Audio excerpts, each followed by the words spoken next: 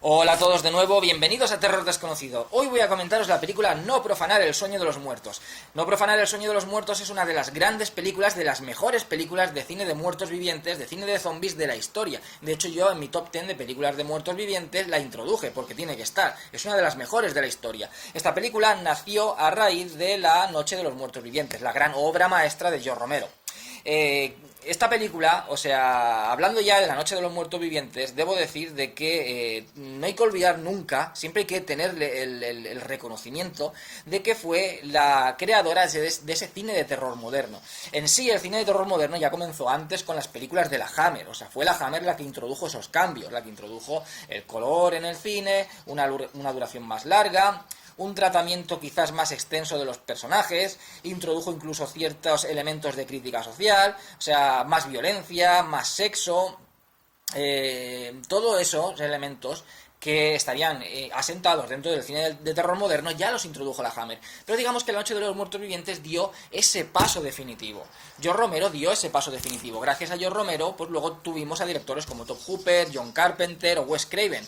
Porque lo que nos enseñó Romero, lo primero era que se podía hacer una película entre cuatro amigos, una película totalmente independiente, alejada de las grandes productoras de cinematográficas, y hacer un gran éxito, hacer una película brutal con cuatro duros, simplemente cuatro chavales que quieren hacer una película, se reúnen, hemos acabado de estudiar cine, salimos de la universidad, vamos a hacer una película, nosotros no la pagamos, la financiamos con nuestro bolsillo. Eso por un lado. Luego también la reformulación de los géneros, es decir, anteriormente los muertos vivientes, los zombies, estaban vinculados solamente a la mitología del vudú.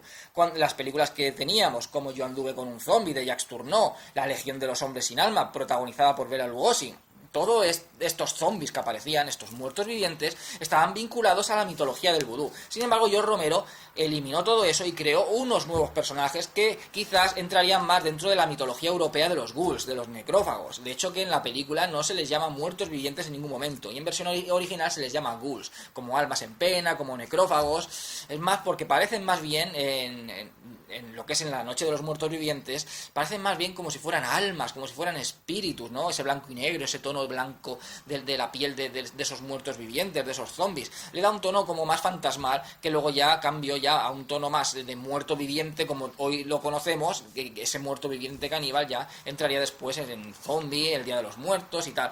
Pero lo que es el concepto de muertos vivientes, como tenemos hoy día, no es el concepto de la mitología del vudú. Tenemos el concepto que creó George Romero, ese muerto viviente caníbal. O sea, creó unos nuevos personajes dentro de la mitología del cine de terror. Luego también, pues, introdujo una crítica social nacional dentro de un país que antes no se había visto. Es decir, podías encontrar en películas de la Hammer pues unas críticas a la religión, una crítica a la alta sociedad de la época, sobre todo la alta sociedad londinense.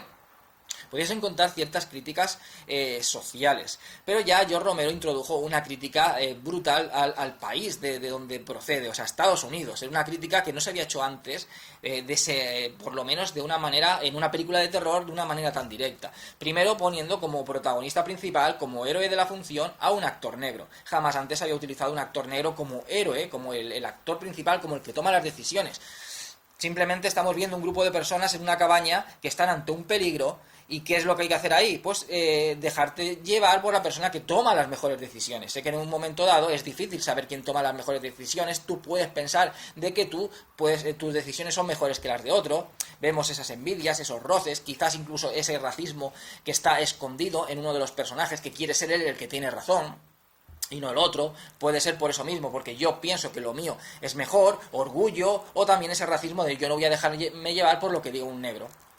Entonces fue ahí muy valiente George Romero con introducir al primer actor principal de una historia siendo negro, al primer héroe, al que toma las decisiones, al que toma las mejores decisiones, al que es el líder nato de ese grupo de supervivientes que están escondidos en la cabaña de los muertos vivientes. Luego esa crítica social también un poco pues al tema de que luego iría aumentando esa crítica social y variando con el resto de películas de muertos vivientes que hizo, porque todas las películas de muertos vivientes de George Romero tienen una gran crítica. En realidad lo que esconden detrás es una gran crítica social.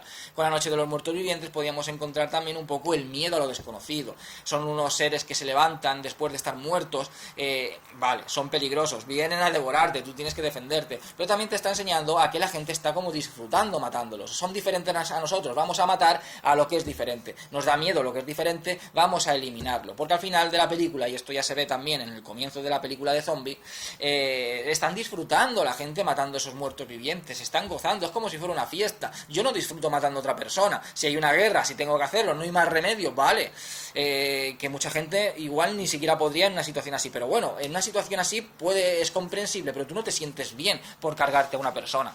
Pues lo mismo, son muertos que han resucitado, que son caníbales, que hay que eliminarlos, sí, pero antes han sido personas vivas, que han tenido familia, no hay que disfrutar matando a nadie. Entonces te da un poco a entender de que la persona tiene tendencia al odio a lo que es diferente, a disfrutar haciendo daño a lo que es diferente. Quizás por el miedo, quizás por un sentimiento oculto de violencia que tenemos todos los seres humanos y tenemos que descargarlo con algo. ¿Con quién? ¿Con quién lo descargamos? Con lo que es diferente a nosotros. Ahí se encuentra el racismo, la xenofobia, todos estos elementos que ya creó en una crítica social, criticando a un país que odia lo desconocido, que disfruta haciendo daño a lo desconocido. Eso lo teníamos en La noche de los muertos vivientes también. O cuando disparan al final al actor principal, al negro, le disparan, simplemente lo ven, lo confunden con un zombie o no, pero ahí nadie pregunta nada. Es decir, no dicen, tú ves a alguien, simplemente, si lo ves andando que va como un zombie, pues es un zombie, pero simplemente aparece y le pegas un tiro. No preguntas, no te esperas a ver cómo se mueve, cómo no se mueve, si va a hablar, si no va a hablar, no le da tiempo ni a hablar. Le pegas un tiro, es como diciendo, pum, negro veo, pum, tiro, igual me da. Si es un zombie, como si no. Yo no pregunto, me lo cargas, es un zombie bien, y si no, me carga un negro, ¿no? Más o menos te venía a decir eso, ese racismo latente que hay en Estados Unidos y que sigue habiendo aún hoy día. Entonces eso fue una película pionera en eso. Luego todas esas críticas sociales que tenían, sobre todo ese cine de terror independiente, como La matanza de Texas, como La noche de Halloween, como Las colinas tienen ojos, La última casa a la izquierda, estos directores, John Carpenter, Wes Craven, Tobe Hooper, aparte de George Romero, crearon una crítica social y una forma diferente de ver el cine de terror. Ya se podía reformular los géneros, ya no solamente teníamos vampiros, hombres lobo, fantasmas, tenías muchas más maneras de mostrar el cine de terror. Podías mostrar asesinos en serie, armados con máscaras, armados con sierras mecánicas, teníamos zombies, teníamos criaturas de 1000 tipos, se podía reformular el género de fantasmas, el género de hombres lobo y darle una modernidad. Eso ya fue en los años 80, pero en fin, creó ese paso al cine de terror tal y como lo conocemos hoy día. Ese cine de terror tal y lo que tenemos hoy día, como conocemos el cine de terror hoy día, lo que hemos heredado ha sido de La noche de los muertos vivientes hacia acá, de lo que se hizo en el 68, iniciado por esta película, hasta hoy día. Entonces se supone que hay una diferenciación, aunque empezó el cine de terror moderno con las películas de la Hammer a finales de los años 50, digamos que ese pasito que quedaba por dar fue en el año 68 gracias a George Romero con La noche de los muertos vivientes, por lo cual siempre se ha definido cine de terror clásico del 68 hacia atrás, cine de terror moderno del 68 hacia adelante. Por lo tanto, La noche de los muertos vivientes es una película, y me he enrollado 8 minutos y pico para hablar, pero es que es una gran obra maestra del cine de terror que se le tiene que reconocer el mérito que tiene, y el mérito que tiene es que, aparte de ser una maravilla de película, una obra maestra absoluta del cine de terror, es la película que lo inició todo. Gracias a La noche de los muertos vivientes, pues tenemos hoy día el cine de terror que tenemos, y hemos tenido a grandísimos directores, y tenemos a grandísimos directores, y es todo gracias, el camino lo empezó George Romero con la grandiosa Noche de los muertos vivientes. Tenía que decirlo, si no, no me quedaba a gusto. Adoro esa película. Y No profanar el sueño de los muertos salió a raíz del gran éxito de La noche de los muertos vivientes. Noche de los muertos vivientes también, que es una película única porque tiene algo muy especial, que es una película que no la pudieron, no sé muy bien cómo está la historia, pero creo que ellos, cuando tú haces una película, tú tienes que como registrarla, como que es tu propiedad, es tu película, y la registraron con otro nombre. No era La noche de los muertos vivientes, sino La noche de los ghouls o algo así. Entonces, claro, la registraron con un nombre, pero luego se estrenó con otro porque pensaron que a lo mejor era más llamativo, La noche de los muertos vivientes y tal. Y al final, por culpa de eso, pues no no lograron tener los derechos de la película. Entonces lo que pasa es eso, que es una película que todo el mundo puede usar.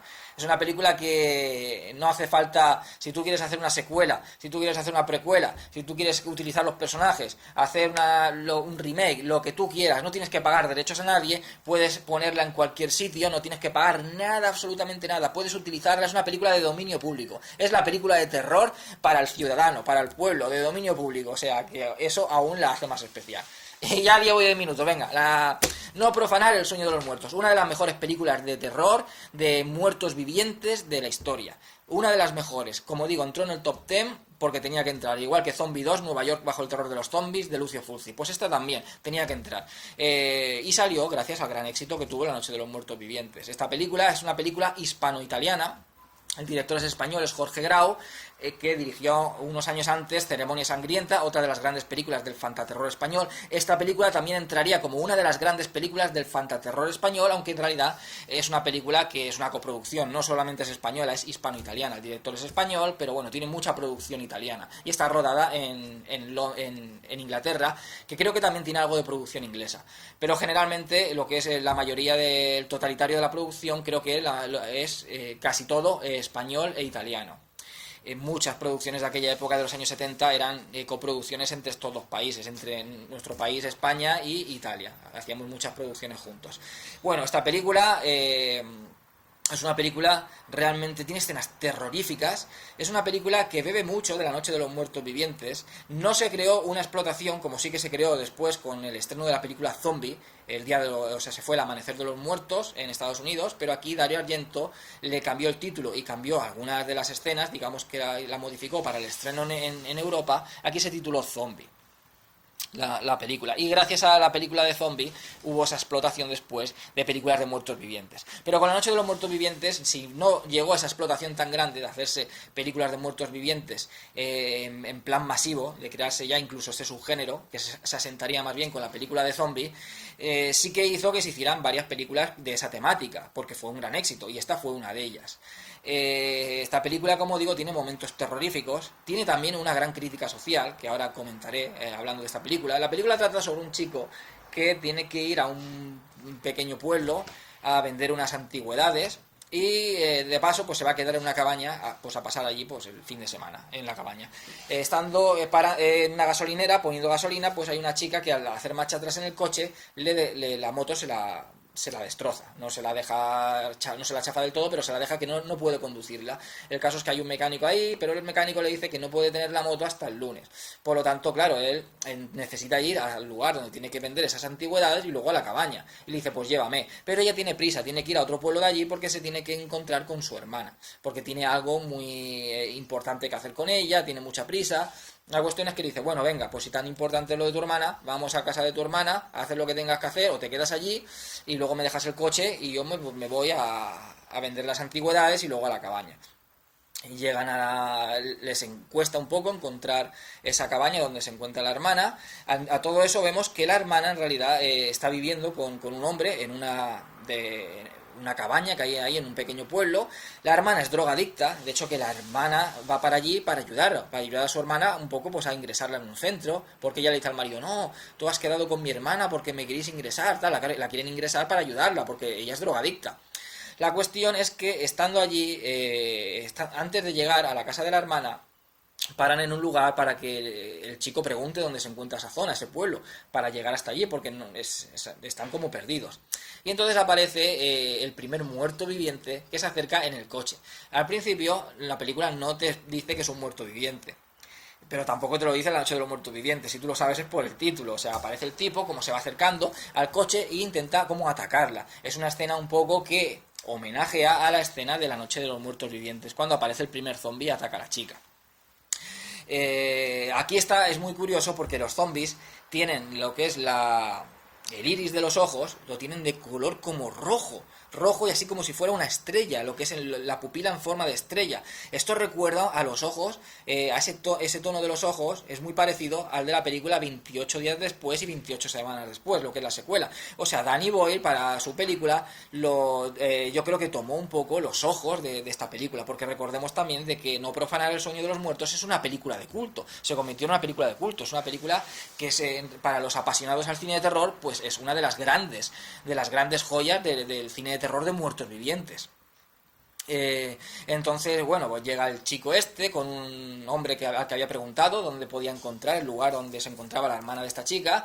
Ella le dice que les ha atacado un tipo y tal, y como que no se lo creen porque allí no hay nadie. Le dice más o menos la descripción, porque y entonces le dicen que es imposible de que haya sido. Dice, sí, según la descripción parece que estás hablando de tal persona que es un vagabundo, pero es imposible porque este vagabundo fue encontrado muerto flotando en el agua. Entonces es imposible que sea él, pero ella está convencida de que sí, de que la ha atacado, bueno. A la hermana también resulta que la ataca este mismo tipo que la ataca a ella. Y va corriendo a pedirle ayuda al marido, que se encontraba lo que es en el bosque, haciendo fotografías allí, y entonces cuando llega, el marido forcejea con este tipo, el tipo mata al marido, y entonces en ese momento llega la hermana con el chico este en el coche. Encuentra a la hermana ahí que está en el suelo, el zombie ha desaparecido. Entonces también dice que alguien le ha atacado a ella y que ha matado al marido. Claro, al final, pues todo pueden ser delirios de una drogadicta. En un principio, cuando llega la policía no se cree nada. De hecho, que el chico que va acompañando a esta chica, que no tiene nada que ver con el asunto ese, él simplemente se ha quedado sin la moto y por culpa del accidente que ha tenido con la otra chica se ve envuelto en todo este asunto. La cuestión es que, claro, nadie las crea. Ella me ha atacado uno, pero bueno, no hemos visto a nadie que la ha atacado. Y según la descripción es un vagabundo que ha muerto, o sea, que es imposible. Y luego la otra también dice la descripción que es del mismo vagabundo, que tampoco puede ser porque está muerto, pero es que encima la tipa es drogadicta. Claro, la culpan a ella del asesinato del marido.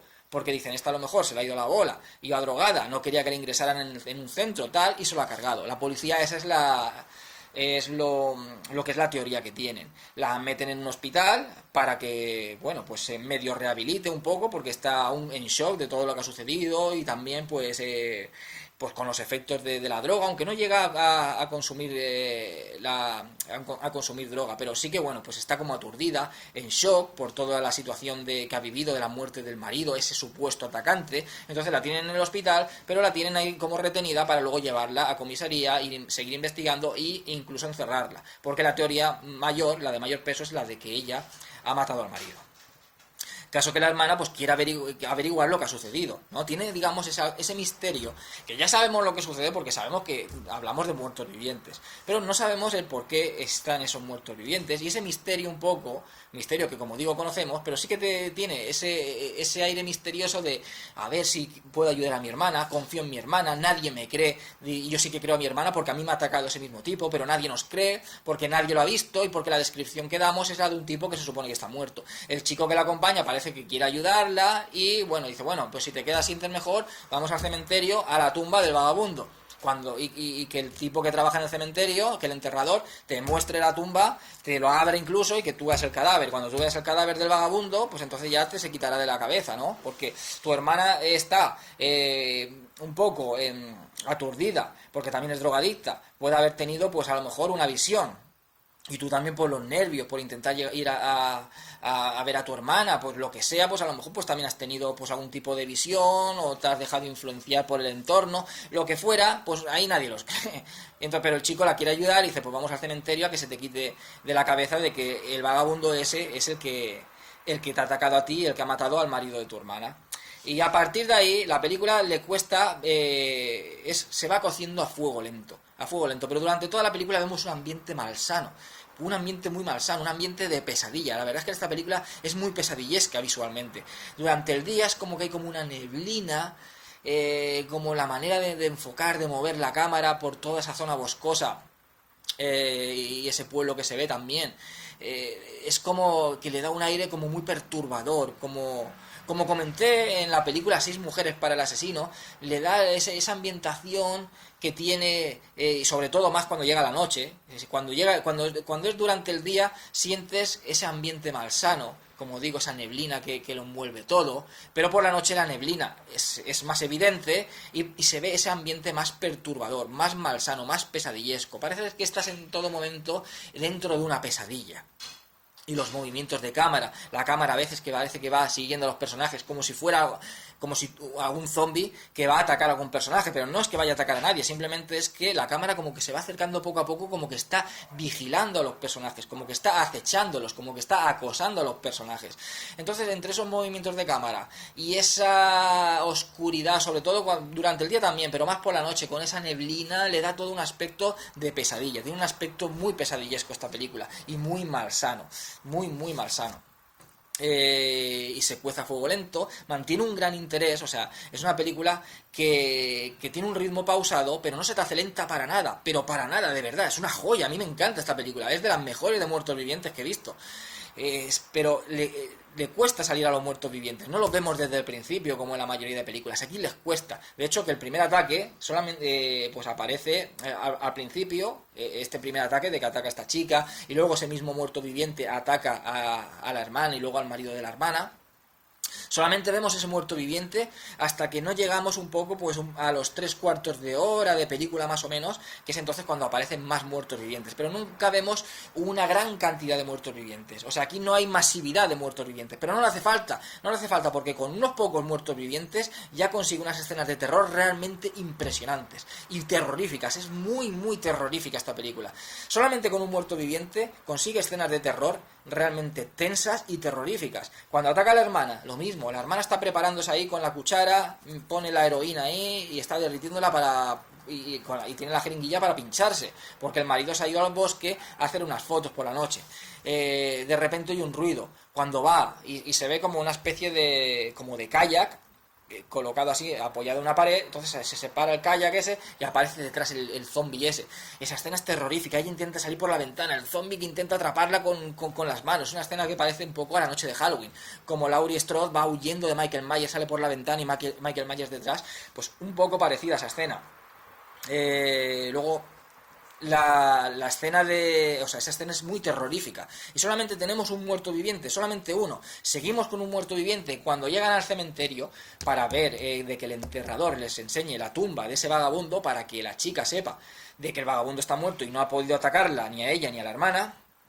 No encuentran al enterrador y bajan como una especie de cripta subterránea. También la ambientación que tiene es terrorífica, la atmósfera de esta película es realmente malsana y perturbadora.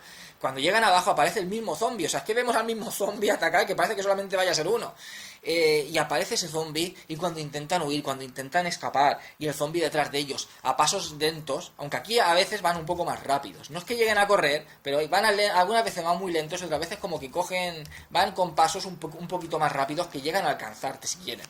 Pero aquí eso, el zombie va detrás de ellos con esos pasos lentos, ellos intentan huir por una ventana, no pueden. El zombie, están subidos como una escalera que da una ventanita y están intentando la chica romper la ventana, no, el chico, perdón, con una de eso, y de repente te ves la cabeza del zombie como ha subido también por la escalera y está detrás, y el tipo clavándole esto en el cuello al zombie. Una escena impresionante, terrorífica. Logran salir de allí. Aparece un guardia que iba siguiéndolos porque el jefe de policía no se fía de ellos. El jefe de policía aquí también es un poco esa crítica social, también, digo, tiene elementos de crítica social de esa gente que piensa que un chaval, por tener el pelo largo, porque el chico lleva el pelo largo, así barbita, tiene un aspecto así un poco pues como pues moderno de la época, así un poco a lo hippie, pues ya se piensa que por ir vestido así ya es un delincuente. Y ya sospecha de él, sin el chaval tener nada que ver, porque el chaval no tiene nada que ver. Es más, el chaval dice, yo no he visto nada, yo solamente he acompañado a esta chica y yo no he visto ningún ataque, ni he visto nada. Pero solamente por tener esas, según él, esas pintas, ya es un delincuente. Y ya sospecha de él. Entonces manda a seguirlo, a él y a la chica, pero más por el chico este, es como que le coge manía, todos los jóvenes con estas vestimentas que veis afeminados, con esos pelos largos, ya consumir droga, ya se le ha metido en la cabeza de que consume droga y de que es un delincuente. O sea, tiene esa crítica social un poco de que muchas veces, esto era más evidente antes, pero aún hoy día sucede, por las vestimentas de una persona, pues ya la juzgan de una manera u otra, ¿no? Si vistes así, tal, es porque eres joven y vistes así, ya tienes que ser un delincuente, ya tienes que ser... Y eso no tiene nada que ver, porque el chico en realidad no ha hecho nada más que ayudar, y por ayudar se está metiendo en un problema bien gordo. Entonces hay un policía que es el que los estaba siguiendo, que llega allí, ellos logran salir de esa cripta subterránea, pero también salen los zombies que hay, porque también, se me ha olvidado decirlo, aparece ese zombie, pero resucita a dos zombies que hay más allí, el zombie de una mujer anciana y de un hombre, lo resucita, que esa escena es impresionante, de verdad que es impresionante, el tipo aparece que lleva como unas cuerdas aquí, como una soga, como si se hubiera ahorcado, aunque en realidad el cadáver dijeron de ese vagabundo que lo encontraron flotando, pero lleva así como una soga y va andando y de repente le pone los dedos en los ojos a uno, hace así, y los dedos a otro, y hace así, y los resucita, es como si tuviera un poder y lo resucita. Y de repente pues ya tenemos 3 zombies, una escena con solamente 3 zombies, solamente 3, por eso digo que esta película tiene muy pocos zombies, pero no le hace falta más, no hace falta una masividad de zombies. Pasa un poco como en Reanimator no aparecen muchos muertos vivientes, no aparecen, aunque yo Reanimator siempre nunca la he metido en el gen, es como una especie de película de muertos vivientes pero diferente, al igual que Miedo en la ciudad de los muertos vivientes de Lucio Fulci, son diferentes, o incluso La niebla de John Carpenter, son diferentes, no son películas que serían, no sé, Miedo en la ciudad de los muertos vivientes o la de La niebla, son más como tipo espíritus, más que muertos vivientes. Luego la de Reanimator, pues son más un experimento científico que han resucitado, algunos muertos vivientes pueden hablar, pueden pensar, algunas partes del cuerpo, por ejemplo, pues una cabeza puede hablar sola, un cuerpo puede ir decapitado, no sé, serían a lo mejor pues películas de muertos vivientes diferentes, ¿no? Con ese toquecillo diferente. Pero bueno, lo venía a decir por el tema de que sí, son resucitados también en Reanimator, pero nunca ha habido una gran masividad. Nunca ha habido una gran cantidad de muertos vivientes en lo que es en las películas de Reanimator. Y en esta película tampoco. En La noche de los muertos vivientes tenemos más muertos vivientes que aquí, por supuesto, pero tampoco ha habido una gran masividad. Sí que hay más masividad en lo que es llegando al tramo final de la película, pero no llega a ver esa gran cantidad de que ya empezamos a ver a partir de Zombie en adelante. Y es lo que veríamos generalmente en películas de muertos vivientes, una cantidad grandísima de muertos vivientes. Aquí no, aquí tenemos pocos, pero los pocos muertos vivientes que hay son terroríficos, o sea, es de las películas que tienen los muertos vivientes más terroríficos que se han visto esta película, con esos ojos enrojecidos que parecen que tengan la rabia. Y solamente con estos 3 muertos vivientes logra unas escenas de gran tensión, porque estos se esconden como en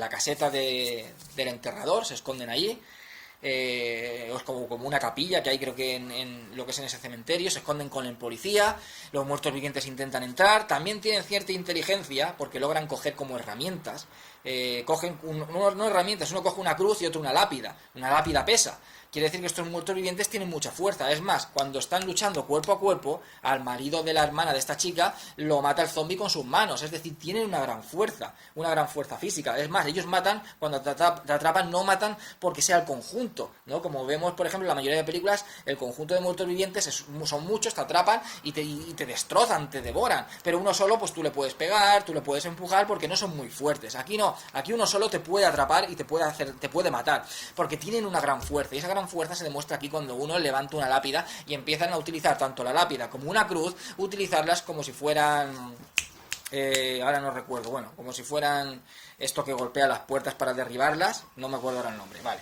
Pues intentan utilizan herramientas para derribar esa puerta y poder entrar al lugar donde se encuentran estas personas. Es decir, tienen cierta inteligencia. Esto lo hemos podido ver en películas como Zombie 2, Nueva York el terror de los zombies, de Lucio Fulci, también utilizaban ciertas herramientas para poder entrar. Luego también en la película que comenté en el canal, Masacre Zombie, también tenían como cierta inteligencia y utilizaban esa inteligencia para atrapar a sus víctimas. Si bien en las películas de George Romero los zombies van evolucionando y van teniendo una inteligencia, no van usando como herramientas para poder entrar, para poder acceder a un lugar, no hasta que no llegó a la tierra de los muertos vivientes, donde sí que se ve una evolución en la cual incluso utilizan herramientas para poder acceder a un sitio, para poder entrar. Lo que tienen estrategias, planean cómo poder llegar a algún sitio, cómo poder acceder a un sitio.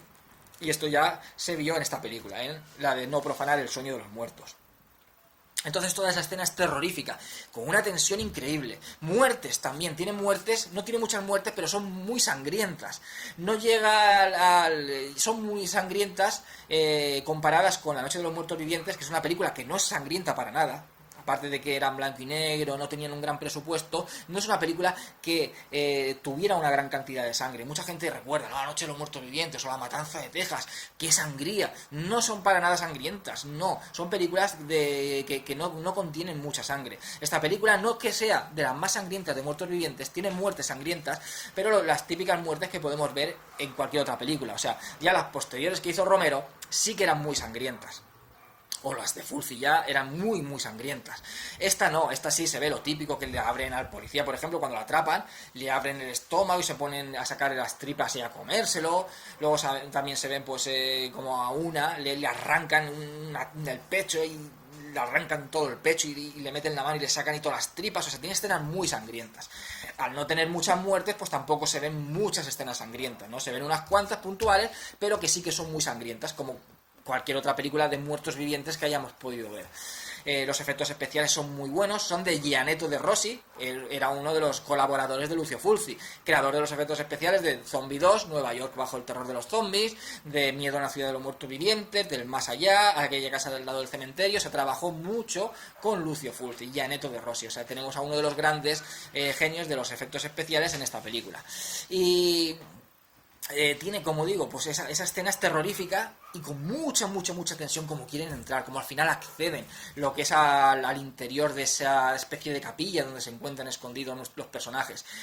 Toda esa parte, mucha tensión, muy terrorífica, solamente con 3 muertos vivientes. No hace falta una gran masividad. O sea, no hace falta esto, el ejército de los muertos que hizo Zack Snyder con 20.000 muertos vivientes y la película era una puta mierda. Y esta película con 3 zombies aquí te logra una escena de terror que te acojonas entero. ¿Por qué? Atmósfera, ambientación y una creación de una escena de tensión y de terror realmente increíblemente bien dirigida y bien rodada. Pues aquí Jorge Grau es de aplauso lo que hacen las escenas de terror con los muertos vivientes. Luego nos trasladamos, logran huir de aquí.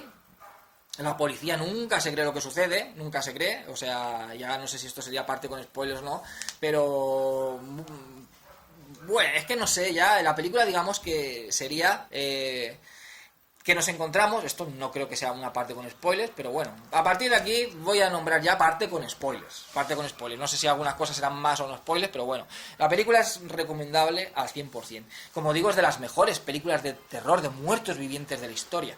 Dentro del fantaterror español, si la incluimos dentro del fantaterror español, aunque sería una película, como digo, coproducida con Italia, es de las mejores películas de fantaterror españolas que hay. Y de muertos vivientes es de las mejores, o sea, en un top 10 de muertos vivientes tiene que estar esta película. Ves más, si reduzco un top 5 tiene que estar esta película. O sea, yo pondría en un número, por ejemplo, para la trilogía de George Romero, que es esencial, es La noche de los muertos vivientes, Zombie, El día de los muertos, eso lo pondría en un bloque. Pondría por supuesto Zombie 2, Nueva York bajo el terror de los zombies 2. Si Reanimator la metemos dentro del género de muertos vivientes, Reanimator por supuesto. Y metería por supuesto No profanar el sueño de los muertos. No profanar el sueño de los muertos. Y quizás también introduciría, por ejemplo, la de La tierra de los muertos vivientes de George Romero, claro que sí, que también para mí fue la última gran película de muertos vivientes. Se ha hecho otras películas muy buenas, pero del siglo XXI, para mí, la mejor, para mí, personalmente, película de muertos vivientes que se ha hecho es La tierra de los muertos vivientes, por supuesto, de George Romero.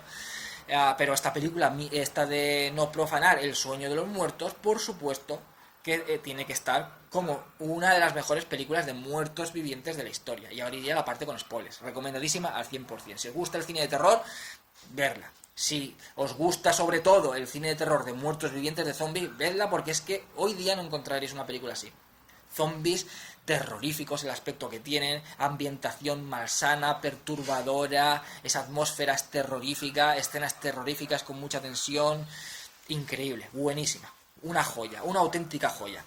La parte con spoilers, bueno, pues después de estar ahí de matar a esos zombies que los queman en lo que es en el cementerio, la chica, él va por un lado porque descubren al final que los muertos vivientes resucitan por una máquina que se encarga de eliminar a los insectos y a los parásitos de las zonas de campo mediante unas radiaciones que se supone que no afectan a los seres humanos. Pero ¿qué pasa? Que esas radiaciones dicen que afectan a las mentes más simples, de ahí de que afecta a los insectos. no mentes tan evolucionadas como las del ser humano, por lo tanto al ser humano esas radiaciones no le afectará, pero sí que afectará a los insectos, que hará que se maten entre ellos y acaben muriendo todos, y entonces pues se eliminan las plagas. Pero claro, el chico lo que piensa, porque también vemos antes, cuando llevan a la hermana al hospital, de que un bebé ha mordido en la cara a una de las enfermeras, y que están naciendo bebés por esa zona que tienen muchos nervios, es como que son muy agresivos. Y entonces el chico piensa, tiene la suficiente lógica para pensar de que los bebés, cuando un niño nace, no tienen lo que es la inteligencia, el desarrollo mental tan desarrollado como una persona adulta. Por lo tanto, esas radiaciones pueden influir en los bebés. Y si influyen en los bebés, un muerto, recién muerto, que lo que es una persona cuando muere, lo que es su sistema... el sistema nervioso es como que sigue funcionando durante unas horas. Pues entonces una persona que haya muerto recientemente, a lo mejor esas ondas pueden llegar a resucitarlo, ya que ese sistema nervioso aún está en funcionamiento, y entonces, claro, el cerebro ya no funciona, el cerebro ya se encuentra en un estado primario. Entonces puede ser a lo mejor que modifique también el estado primario de ese cerebro y les obligue, aparte de resucitarlos, a comportarse de una manera, pues como caníbales, una manera primaria, ¿no? Una manera un poco primitiva, ¿no? Volver lo que es a la raíz, al estado primigenio, ¿no? Al estado salvaje, al estado de atacar, de querer solamente el alimento, solamente devorar, subsistir como un cazador. Voy a por ti, quiero subsistir, quiero alimento.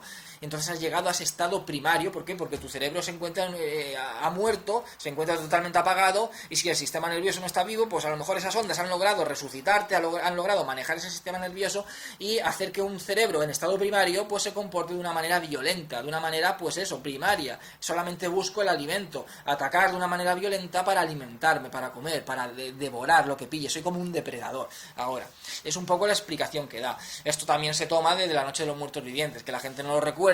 Esto luego ya se obvió en las siguientes secuelas de La Noche de los Muertos Vivientes, en la de Zombie, El Día de los Muertos, La Tierra de los Muertos Vivientes y tal. Pero en La Noche de los Muertos Vivientes se daba la teoría, que tampoco es que lo dijeran a ciencia cierta, pero se daba la teoría de que eran por las ondas, la radiación de un satélite que había pasado por Venus y estaba cerca de la Tierra, y que eso podía haber resucitado a los muertos. Pues aquí es un poco por las ondas de esta máquina. Entonces es un mensaje también que tiene, es una crítica social, en plan de que al principio vemos pues todas las ciudades, la contaminación, todo lo que estamos perjudicando. Vemos un pajarico muerto, todo lo que el ser humano, por culpa de esos avances, para ir mejor en la industria, en la ciencia, todos esos avances lo que hacen es perjudicar al planeta. Hoy día lo estamos viendo con el calentamiento global. Estamos destruyendo el planeta nosotros mismos. Y aquí ya era un mensaje de en plan de que, vale, queréis destruir los insectos es parte de la naturaleza, están ahí porque tienen que estar, muchos de ellos son necesarios, tiene que haber un control, a veces hay plagas, hay que controlar esas plagas, pero no intentar eliminar a todos los insectos. Muchas veces hay plagas que se controlan de manera natural, hay insectos que son cazadores de otros insectos, entonces tú introduces a ese insecto que caza a otro insecto, es una cantidad menor, porque siempre hay menos cantidad de depredadores que de presas. Entonces nunca te va a producir una plaga y te va a eliminar a la plaga que tienes, por ejemplo, por decir un ejemplo. Pero intentar eliminar a todos los insectos es intentar eliminar algo de la naturaleza, como cuando intentaban eliminar las supuestas alimañas y mataban a los zorros, mataban a los lobos, mataban a las aves rapaces. ¿Y luego qué? Luego habían plagas de conejos. Todo ahí, la naturaleza tiene un equilibrio que el ser humano, por culpa de intentar progresar, por culpa de la industria, ha intentado, ha corrompido ese equilibrio, ha mermado ese equilibrio en beneficio propio, en beneficio económico. Entonces tiene esa crítica social, intentas joder a la naturaleza por tu propio beneficio económico, por esa evolución, por seguir avanzando el mundo, esa industria, las ciudades grandes. Hemos llegado hasta ahora hasta el campo, ahora también queremos incluso manipular el campo, destruimos los insectos para que las cosechas sean mejores, para que no hayan plagas y tal, pero todo de manera antinatural. Todo de manera antinatural. Entonces, todo ese supuesto progreso, al final lo que estamos dañando a la naturaleza, y eso nos repercute. La naturaleza se está vengando, nos está devolviendo la pelota. Así, tenéis que joderme, introduciendo unas ondas que están matando a todos los insectos, que forman parte de la naturaleza. Pues esas ondas os van a joder a vosotros. ¿Por qué? Porque van a resucitar a los muertos y al final van a atacaros a vosotros. Es una venganza de la naturaleza. Una venganza, es esa crítica social que tiene también esta película. Una película naturalista, podríamos llamar. Y bueno, pues al final resulta que la chica, el chaval va a intentar que detengan la máquina, él mismo con una pala destroza la máquina, y la chica va al hospital un poco a ver a la hermana para avisar también de lo que ha sucedido. ¿Qué pasa? Cuando llega allí, la ataca el marido de la hermana, otra escena también terrorífica. A la hermana luego, pues eso, la policía la coge y la lleva al hospital, pensando de que ella está loca, pero porque claro, dice que la ha atacado el marido de la hermana. ¿Cómo la va a atacar el marido de la hermana si está muerto? Y luego el cadáver no lo ven allí, ella lo atropella con el coche, pero luego el cadáver no está. Luego llega el chaval, y claro, como habían ido al cementerio, habían visto esos cadáveres quemados y al policía muerto, pues se piensan que el chaval ha matado al policía y que ha quemado cadáveres, porque es un tipo que hace a lo mejor ritos satánicos, ¿no? Y también detienen al chaval. El chaval se fuga porque sabe que la chica está en el hospital, sabe lo que está sucediendo, por supuesto no lo cree nadie, encima se creen que está loco, cuando habla del tema de los muertos vivientes, de la máquina, de tal y cual. El chaval se fuga de la policía, va corriendo con el coche, la policía detrás, bueno, se tiene una gran tensión el final. Y luego ya, cuando llegamos a lo que es a la parte del tramo final, es impresionante. Impresionante. Cuando en el hospital empiezan a resucitar los muertos, aquí vemos que sería una explicación, te diría, de que si tú acabas de morir y tu sistema nervioso aún está en funcionamiento, gracias a las ondas de esa máquina, tú resucitas. Pero habían muertos que estaban más tiempo muertos. Su sistema nervioso ya no está en funcionamiento. Sin embargo, es como que los muertos más recientes es como que tienen como esas ondas dentro de ellos y tienen esa capacidad, ese don, incluso ese poder, podríamos llamarlo así, de poder resucitar a muertos que llevan más tiempo muertos. Es decir, ya no tenemos muertos recientes. Estos muertos recientes pueden resucitar a otros que llevan más tiempo muertos. Entonces el marido de la hermana, que había resucitado gracias a las ondas de esta máquina, resucita a varios muertos de ese hospital. Un hospital que tiene pues un aspecto como de caserón grande, parece una mansión, o sea, la ambientación de esta película es muy, muy buena. Pues resucita, pero no muchos muertos. Tenemos un tipo que tiene como la cabeza como vendada, como si lo hubieran operado la cabeza, y tiene aquí una brecha aquí cosida, de aquí hasta abajo. Resucita a otro tipo, también el 3, aquí vemos a 3 muertos vivientes, pero luego matan a la hermana de la chica y ya son 4, ya tenemos a la hermana también como muerta viviente. El final impresionante, como digo, a una tipa que trabaja ahí de enfermera le arrancan un pecho y le sacan las tripas, luego llega un médico, también cogen un hacha. En realidad la hacha la coge el médico, ataca a uno de los muertos vivientes, pero este le quita el hacha y se la clava en la cabeza, empieza el tipo a tirar sangre.